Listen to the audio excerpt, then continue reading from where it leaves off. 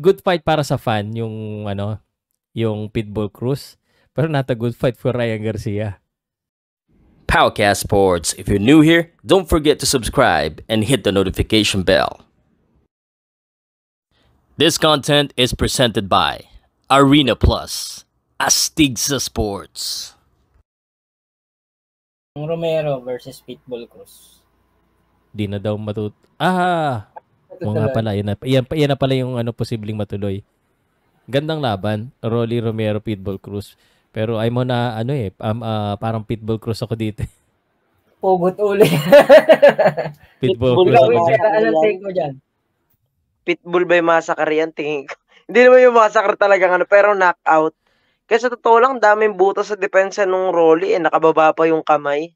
Walang depensa yung Rolly tapos wala namang problema doon sa awkward style niya. May power siya.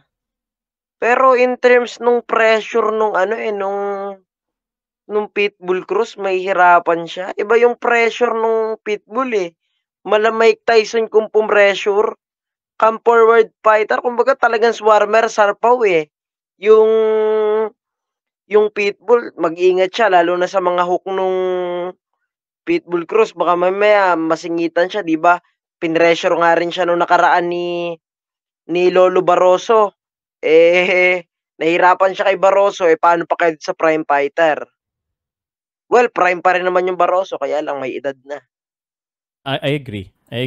I think although I don't think official na siya May mga poster na lumabas pero wala pang promoters yata Meron na bang promoters announcement? Parang wala pa Wala pa, Sarpaw, parang inaano pa lang nila ngayon, parang pinapaingay lang nila siguro, minamatchmake lang nila.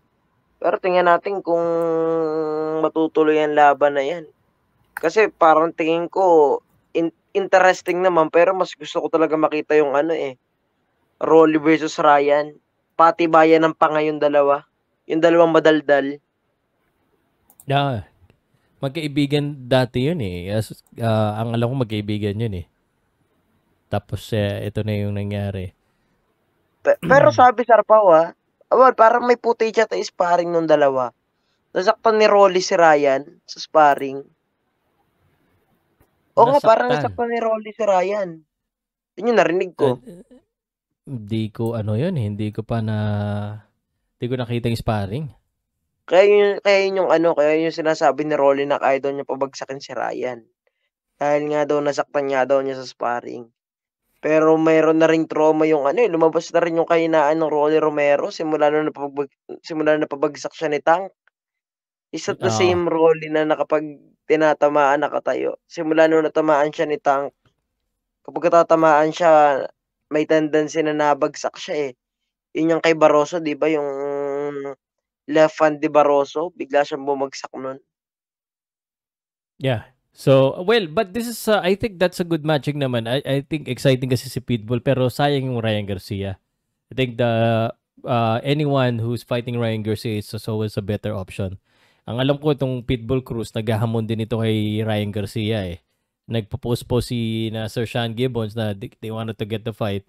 But yung dalawang inayawan ni Ryan Garcia ang maglalaban